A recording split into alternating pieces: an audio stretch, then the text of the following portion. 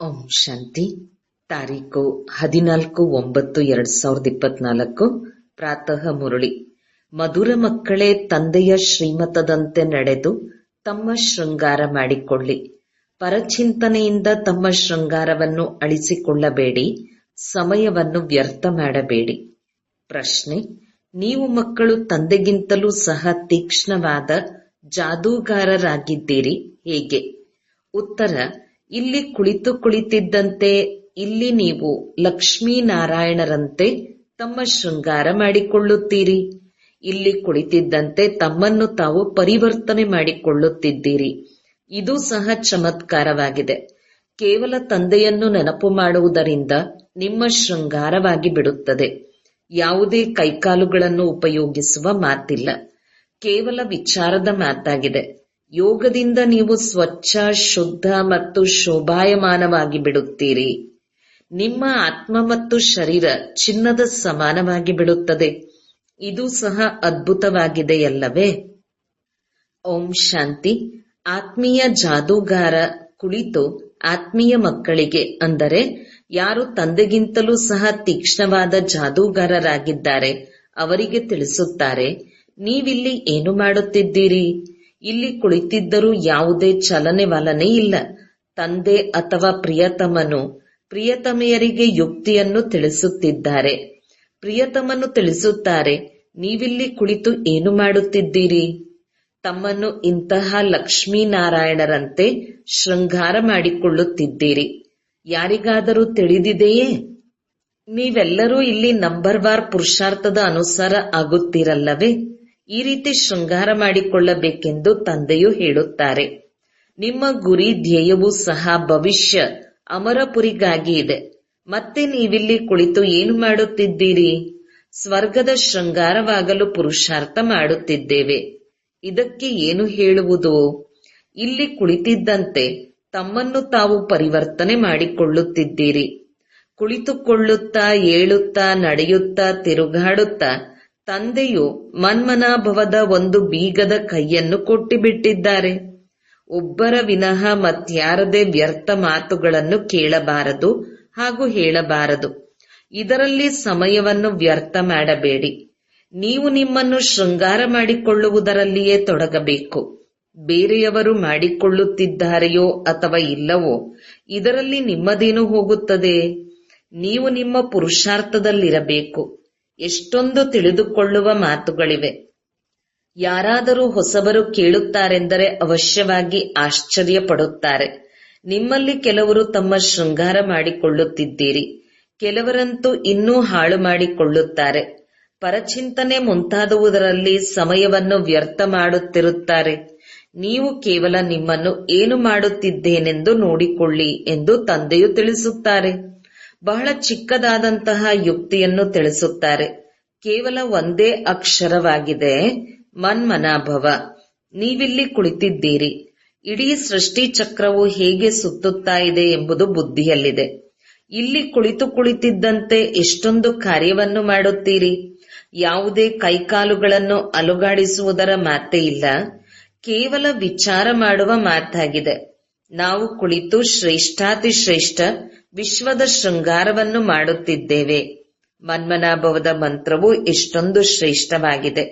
ಈ ಯೋಗಬಲದಿಂದಲೇ ನಿಮ್ಮ ಪಾಪವೆಲ್ಲವೂ ಭಸ್ಮವಾಗಿ ಬಿಡುತ್ತದೆ ಮತ್ತು ನೀವು ಸ್ವಚ್ಛವಾಗುತ್ತಾ ಮತ್ತೆ ಎಷ್ಟೊಂದು ಶೋಭಾಯಮಾನವಾಗಿ ಬಿಡುತ್ತೀರಿ. ಆತ್ಮವು ಈಗ ಪತಿತವಾಗಿದೆ. ಶರೀರದ ಸ್ಥಿತಿಯೂ ಸಹ ನೋಡಿ ಏನಾಗಿ ಬಿಟ್ಟಿದೆ. ಈಗ ನಿಮ್ಮ ಆತ್ಮ ಮತ್ತು ಶರೀರ ಎರಡೂ ಸಹ ಚಿನ್ನದ ಸಮಾನವಾಗಿ ಬಿಡುತ್ತದೆ. ಇದು ಅದ್ಭುತವಲ್ಲವೇ? ಈ ರೀತಿ ತಮ್ಮನ್ನು ಶೃಂಗಾರ ಮಾಡಿಕೊಳ್ಳಿ. ದೈವಿ ಗುಣಗಳನ್ನು ಧಾರಣೆ ಮಾಡಿ. ತಂದೆಯು ಎಲ್ಲರಿಗೂ ಒಂದೇ ದಾರಿಯನ್ನು ತಿಳಿಸುತ್ತಾರೆ. ತಂದೆ ಮತ್ತು ಆಸ್ತಿ ಕೇವಲ ತಂದೆಯ ಮಾತಾಗಿದೆ. ತಂದೆಯನ್ನು ನೆನಪು ಮಾಡುವುದರಿಂದ ನಿಮ್ಮ ಶೃಂಗಾರವೆಲ್ಲವೂ ಬದಲಾಗುತ್ತದೆ. ತಂದೆಗಿಂತಲೂ ಸಹ ನೀವು ದೊಡ್ಡ ಜಾದೂಗರರಾಗಿದ್ದೀರಿ. ನೀವು ಈ ರೀತಿ ಮಾಡುವುದರಿಂದ ನಿಮ್ಮ ಶೃಂಗಾರವಾಗುತ್ತದೆಂದು ಯುಕ್ತಿಯನ್ನು ತಿಳಿಸುತ್ತಾರೆ. ನೀವು ಶೃಂಗಾರವನ್ನು ಮಾಡಿಕೊಳ್ಳದಿರುವುದರಿಂದ ಸುಮ್ಮನೆ ನಷ್ಟ ಮಾಡಿಕೊಳ್ಳುತ್ತೀರಿ. ನಾವು ಭಕ್ತಿ ಮಾರ್ಗದಲ್ಲಿ ಏನೇನು ಮಾಡುತ್ತಿದ್ದೆವು ಇದು ನೆನಪಿದೆಯಲ್ಲವೇ? ಎಲ್ಲಾ ಶೃಂಗಾರವನ್ನು ಅಳಿಸಿಕೊಂಡು ಏನಾಗಿ ಬಿಟ್ಟಿದ್ದೀರಿ? ಈಗ ಒಂದೇ ಅಕ್ಷರದಿಂದ ತಂದೆಯ ನೆನಪಿನಿಂದ ಶೃಂಗಾರವಾಗಿ ಬಿಡುತ್ತದೆ. ತಂದೆಯು ಮಕ್ಕಳಿಗೆ ಎಷ್ಟೊಂದು ಚೆನ್ನಾಗಿ ತಿಳಿಸಿಕೊಟ್ಟು ಉತ್ಸಾಹವನ್ನು ತುಂಬುತ್ತಾರೆ. ಇಲ್ಲಿ ಕುಳಿತು ಏನು ಮಾಡುತ್ತಿದ್ದೀರಿ? ನೆನಪಿನ ಯಾತ್ರೆಯಲ್ಲಿ ಕುಳಿತಿದ್ದೀರಿ. ಒಂದು ವೇಳೆ ಯಾವುದಾದರೂ ವಿಚಾರ ಬೇರೆ ಕಡೆ ಹೋದರೆ ಶೃಂಗರಿಸಿಕೊಳ್ಳಲು ಸಾಧ್ಯವೇನು? ನೀವು ಶೃಂಗರಿಸಿಕೊಂಡಿದ್ದೀರೆಂದರೆ ಅನ್ಯರಿಗೂ ಸಹ ದಾರಿಯನ್ನು ತೋರಿಸಬೇಕು. ತಂದೆಯು ಇಂತಹ ಶೃಂಗಾರವನ್ನು ಮಾಡಲು ಬರುತ್ತಾರೆ. ಅದ್ಭುತ ತಂದೆಯೇ, ನಮಗೆ ಎಂತಹ ಶೃಂಗಾರ ಮಾಡುತ್ತೀರಿ ಎನ್ನುತ್ತಾ ಏಳುತ್ತಾ ಕುಳಿತುಕೊಳ್ಳುತ್ತಾ ಓಡಾಡುತ್ತಾ ತಮ್ಮನ್ನು ಶೃಂಗಾರ ಮಾಡಿಕೊಳ್ಳಬೇಕು. ಕೆಲವರಾದರೂ ತಮ್ಮ ಶೃಂಗಾರವನ್ನು ಮಾಡಿಕೊಂಡು ನಂತರ ಅನ್ಯರಿಗೂ ಸಹ ಮಾಡುತ್ತಾರೆ. ಇನ್ನು ಕೆಲವರು ತಮ್ಮ ಶೃಂಗಾರ ಮಾಡಿಕೊಳ್ಳುವುದಿಲ್ಲವೆಂದರೆ ಅನ್ಯರ ಶೃಂಗಾರವನ್ನು ಸಹ ಹಾಳು ಮಾಡಿಬಿಡುತ್ತಾರೆ. ವ್ಯರ್ಥ ಮಾತುಗಳನ್ನು ಹೇಳುತ್ತಾ ಅವರ ಸ್ಥಿತಿಯನ್ನು ಸಹ ಕೆಳಗೆ ಬೀಳಿಸಿ ಬಿಡುತ್ತಾರೆ. ತಾವು ಸಹ ಶೃಂಗಾರ ಮಾಡಿಕೊಳ್ಳದೆ ಅನ್ಯರಿಗೂ ಮಾಡುವುದಿಲ್ಲ. ಅಂದ ಮೇಲೆ ಚೆನ್ನಾಗಿ ಯೋಚಿಸಿ ಮಾಡಿ. ತಂದೆಯು ಯುಕ್ತಿಯನ್ನು ಹೇಗೆ ತಿಳಿಸುತ್ತಾರೆ? ಭಕ್ತಿ ಮಾರ್ಗದ ಶಾಸ್ತ್ರಗಳನ್ನು ಓದುವುದರಿಂದ ಈ ಯುಕ್ತಿಗಳು ಬರುವುದಿಲ್ಲ. ಶಾಸ್ತ್ರವೆಲ್ಲವೂ ಭಕ್ತಿ ಮಾರ್ಗದ್ದಾಗಿದೆ. ನೀವು ಶಾಸ್ತ್ರಗಳನ್ನು ಒಪ್ಪುವುದಿಲ್ಲವೇ ಎಂದು ಕೇಳುತ್ತಾರೆ. ಹೇಳಿ, ನಾವು ಎಲ್ಲವನ್ನೂ ಒಪ್ಪುತ್ತೇವೆ. ಅರ್ಧಕಲ್ಪ ಭಕ್ತಿಯನ್ನು ಮಾಡಿದ್ದೇವೆ, ಶಾಸ್ತ್ರವನ್ನು ಓದಿದ್ದೇವೆ ಅಂದಾಗ ಏಕೆ ಒಪ್ಪುವುದಿಲ್ಲ? ರಾತ್ರಿ ಮತ್ತು ಹಗಲು ಇರುತ್ತದೆ ಎಂದರೆ ಎರಡನ್ನೂ ಒಪ್ಪಬೇಕಲ್ಲವೇ? ಇದು ಬೇಹದ್ದಿನ ಹಗಲು ಮತ್ತು ರಾತ್ರಿಯಾಗಿದೆ. ತಂದೆಯು ತಿಳಿಸುತ್ತಾರೆ, ಮಧುರ ಮಕ್ಕಳೇ, ನೀವು ತಮ್ಮ ಶೃಂಗಾರವನ್ನು ಮಾಡಿಕೊಳ್ಳಿ. ಸಮಯವನ್ನು ವ್ಯರ್ಥ ಮಾಡಬೇಡಿ. ಸಮಯವು ಬಹಳ ಕಡಿಮೆ ಇದೆ ಅಂದಾಗ ನಿಮ್ಮ ಬುದ್ಧಿಯು ಬಹಳ ವಿಶಾಲವಾಗಬೇಕು. ಪರಸ್ಪರ ಬಹಳ ಪ್ರೀತಿ ಇರಬೇಕು. ಸಮಯವನ್ನು ವ್ಯರ್ಥ ಮಾಡಬಾರದು. ಏಕೆಂದರೆ ನಿಮ್ಮ ಸಮಯವು ಬಹಳ ಅಮೂಲ್ಯವಾಗಿದೆ. ನೀವು ಕವಡೆಯಿಂದ ವಜ್ರ ಸಮಾನರಾಗುತ್ತಿದ್ದೀರಿ. ನೀವು ಇದನ್ನು ಉಚಿತವಾಗಿ ಕೇಳುತ್ತಿದ್ದೀರೇನು? ಇದು ಕತೆ ಏನು? ತಂದೆಯು ಒಂದೇ ಅಕ್ಷರವನ್ನು ತಿಳಿಸುತ್ತಾರೆ. ದೊಡ್ಡ ದೊಡ್ಡ ವ್ಯಕ್ತಿಗಳು ಹೆಚ್ಚು ಮಾತನಾಡಬೇಕೆ ಅಂದಾಗ ತಂದೆಯು ಸೆಕೆಂಡಿನಲ್ಲಿ ಜೀವನ್ಮುಕ್ತಿಯ ದಾರಿಯನ್ನು ತೋರಿಸುತ್ತಾರೆ. ಇವರು ಹೆಚ್ಚು ಶೃಂಗರಿತರಾಗಿದ್ದಾರೆ, ಆದ್ದರಿಂದ ಹೆಚ್ಚು ಶೃಂಗಾರವಿದೆ. ಇವರದು ಬಹಳಷ್ಟು ಪೂಜೆಯನ್ನು ಮಾಡುತ್ತಿರುತ್ತಾರೆ. ಎಷ್ಟು ದೊಡ್ಡ ವ್ಯಕ್ತಿ ಇರುತ್ತಾರೆಯೋ ಅಷ್ಟು ದೊಡ್ಡ ಮಂದಿರವನ್ನು ಕಟ್ಟಿಸುತ್ತಾರೆ. ಬಹಳ ಶೃಂಗಾರವನ್ನು ಮಾಡುತ್ತಾರೆ. ಮೊದಲು ದೇವತೆಗಳ ಚಿತ್ರಗಳ ಮೇಲೆ ವಜ್ರದ ಹಾರವನ್ನು ಹಾಕುತ್ತಿದ್ದರು. ತಂದೆಗೆ ಬ್ರಹ್ಮರವರಿಗೆ ಅನುಭವ ಇದೆಯಲ್ಲವೇ? ಇವರು ಲಕ್ಷ್ಮೀನಾರಾಯಣರಿಗೆ ವಜ್ರದ ಹಾರವನ್ನು ಮಾಡಿಸಿದ್ದರು. ವಾಸ್ತವದಲ್ಲಿ ಅವರ ಹಾಗೆ ಅಲಂಕಾರವನ್ನು ಯಾರೂ ಮಾಡಲು ಸಾಧ್ಯವಿಲ್ಲ.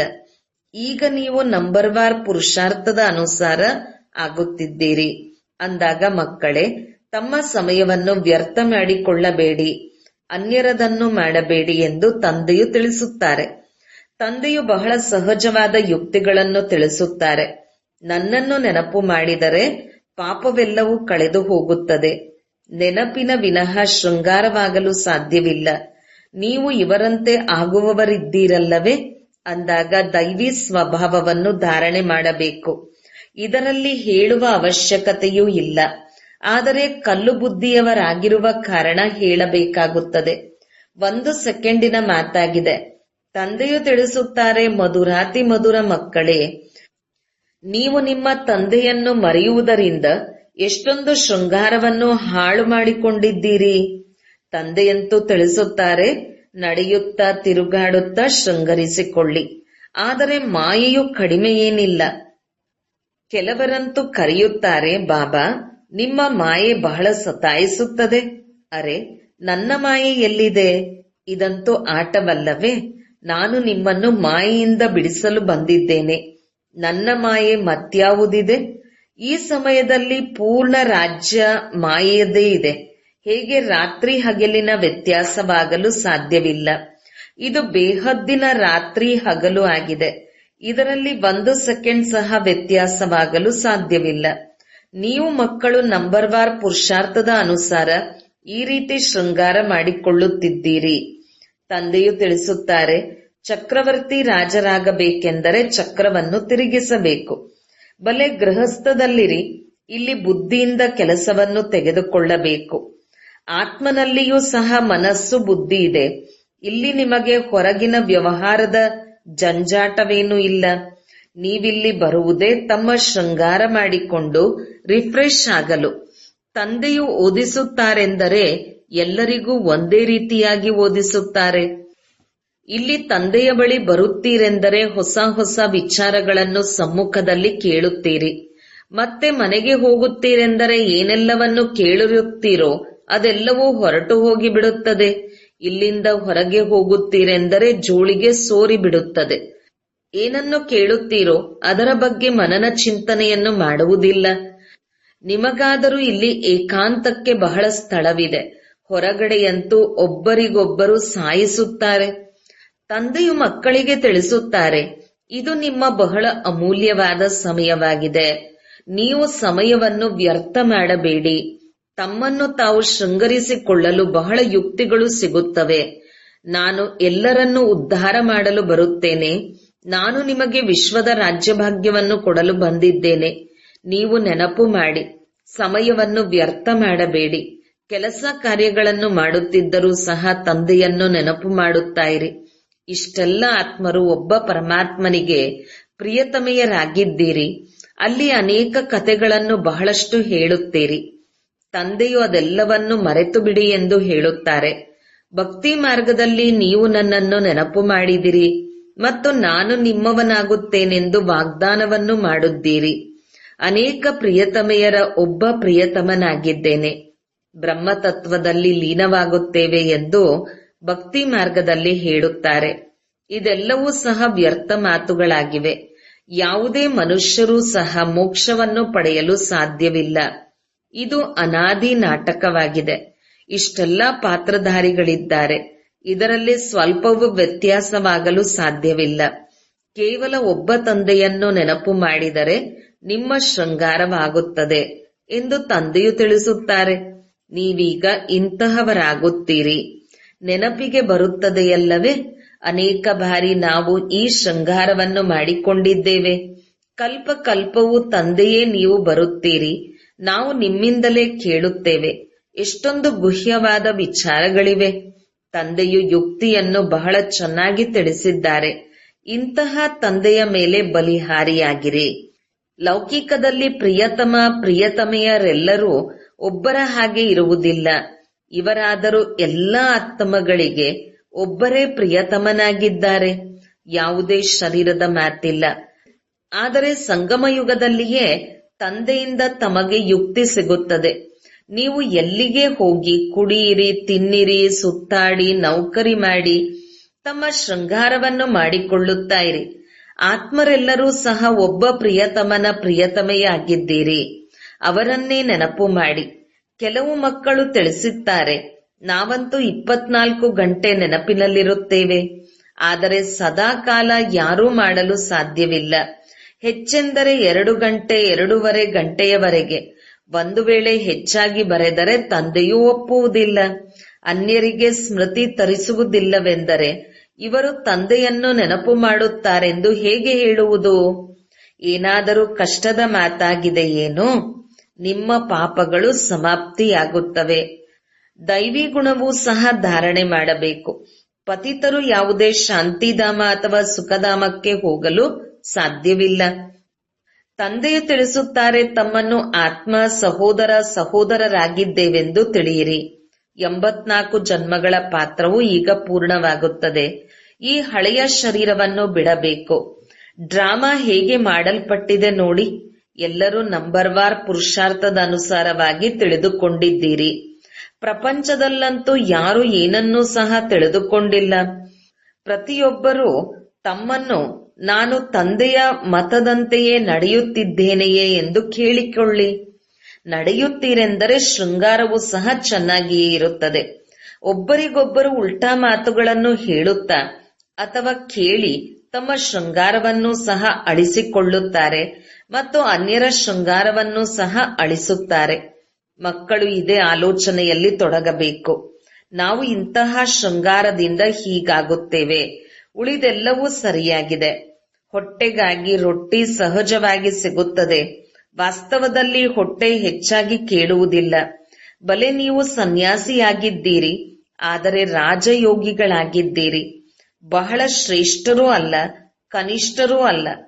ತಿನ್ನಿರಿ, ಆದರೆ ಹೆಚ್ಚು ಆಸಕ್ತಿ ಬೇಡ. ಶಿವ ತಂದೆಯ ನೆನಪಿದೆಯೇ? ವಿಚಾರ ಮಾಡಿ. ಇಲ್ಲಿ ಕುಳಿತಿದ್ದಂತೆಯೇ ನಿಮ್ಮದು ಎಷ್ಟೊಂದು ಸಂಪಾದನೆಯಾಗಿದೆ. ಈ ಸಂಪಾದನೆಯಿಂದ ಅಪಾರ ಸುಖ ಸಿಗುತ್ತದೆ. ಕೇವಲ ನೆನಪಿನ ಯಾತ್ರೆಯಿಂದ ಮತ್ಯಾವುದೇ ಪ್ರಕಾರದ ಕಷ್ಟವಿಲ್ಲ. ಭಕ್ತಿ ಮಾರ್ಗದಲ್ಲಿ ಮನುಷ್ಯರು ಎಷ್ಟೊಂದು ಪೆಟ್ಟನ್ನು ತಿನ್ನುತ್ತಾರೆ. ನೀವೀಗ ಶೃಂಗರಿಸಿಕೊಳ್ಳಲು ಬಂದಿದ್ದೀರಿ ಅಂದ ಮೇಲೆ ತಮ್ಮ ಕಡೆ ಚೆನ್ನಾಗಿ ಗಮನ ಕೊಡಿ. ಮರೆಯಬೇಡಿ.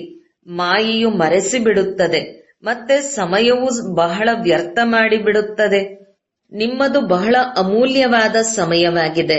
ಓದಿನ ಪರಿಶ್ರಮದಿಂದ ಮನುಷ್ಯರು ಹೇಗಿದ್ದವರು ಹೇಗಾಗುತ್ತಾರೆ ಅಂದ ಮೇಲೆ ತಂದೆಯು ನಿಮಗೆ ಯಾವುದೇ ಕಷ್ಟ ಕೊಡುವುದಿಲ್ಲ. ಕೇವಲ ನನ್ನನ್ನು ನೆನಪು ಮಾಡಿ ಎಂದು ಹೇಳುತ್ತಾರೆ.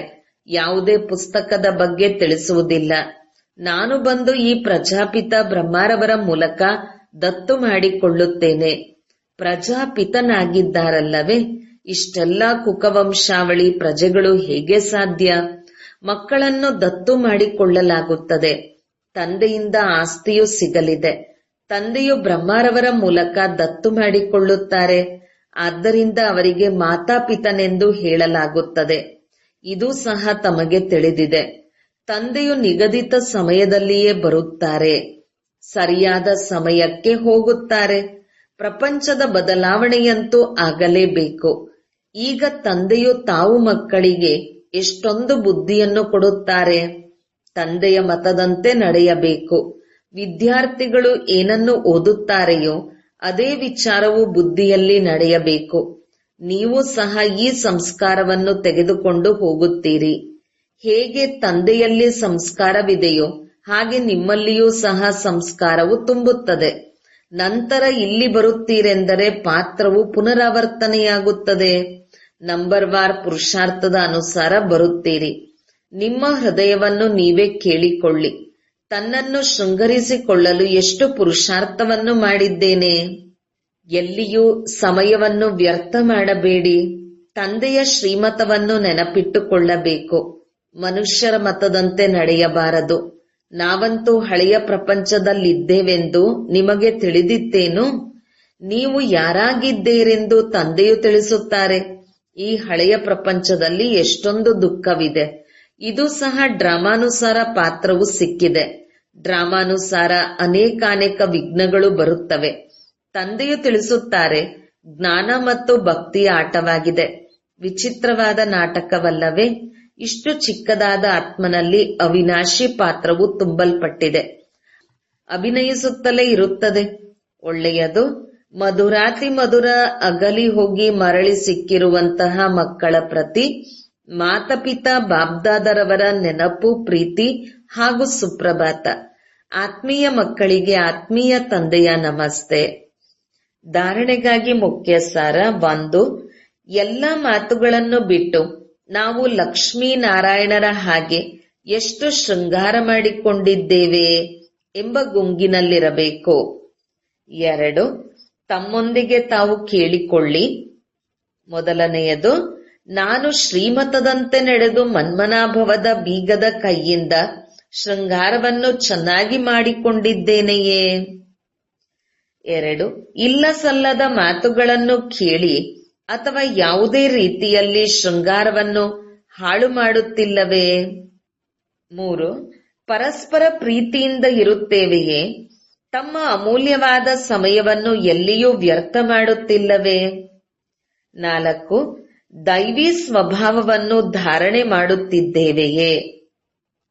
ವರದಾನ: ವ್ಯರ್ಥ ಸಂಕಲ್ಪಗಳ ಕಾರಣವನ್ನು ತಿಳಿದುಕೊಂಡು ಅದನ್ನು ಸಮಾಪ್ತಿಗೊಳಿಸುವಂತಹ ಸಮಾಧಾನ ಸ್ವರೂಪ ಭವ. ವ್ಯರ್ಥ ಸಂಕಲ್ಪವು ಉತ್ಪನ್ನವಾಗಲು ಮುಖ್ಯವಾಗಿ 2 ಕಾರಣಗಳಿವೆ. 1. ಅಭಿಮಾನ. 2. ಅಪಮಾನ. ನನಗೆ ಕಡಿಮೆ ಏಕೆ? ನನಗೂ ಸಹ ಈ ಪದವಿ ಇರಬೇಕು. ನನ್ನನ್ನು ಮುಂದಿಡಬೇಕು. ಅಂದ ಮೇಲೆ ಇದರಲ್ಲಿ ತನ್ನನ್ನು ಅಪಮಾನವೆಂದು ತಿಳಿಯುತ್ತೀರಿ, ಇಲ್ಲವೆಂದರೆ ಅಭಿಮಾನದಲ್ಲಿ ಬರುತ್ತೀರಿ. ಹೆಸರಿನಲ್ಲಿ, ಮಾನ್ಯತೆಯಲ್ಲಿ, ಗೌರವದಲ್ಲಿ, ಮುಂದೆ ಬರುವುದರಲ್ಲಿ, ಸೇವೆಯಲ್ಲಿ ಅಭಿಮಾನ ಅಥವಾ ಅಪಮಾನದ ಅನುಭವ ಮಾಡುವುದೇ ವ್ಯರ್ಥ ಸಂಕಲ್ಪಗಳಿಗೆ ಕಾರಣವಾಗಿದೆ. ಈ ಕಾರಣವನ್ನು ತಿಳಿದುಕೊಂಡು ನಿವಾರಣೆ ಮಾಡುವುದೇ ಸಮಾಧಾನ ಸ್ವರೂಪವಾಗಿದೆ. ಸ್ಲೋಗನ್: ಸೈಲೆನ್ಸ್ನ ಶಕ್ತಿಯ ಮೂಲಕ ಮಧುರ ಮನೆಯ ಯಾತ್ರೆಯನ್ನು ಮಾಡುವುದು ಬಹಳ ಸಹಜವಾಗಿದೆ. ಓಂ ಶಾಂತಿ.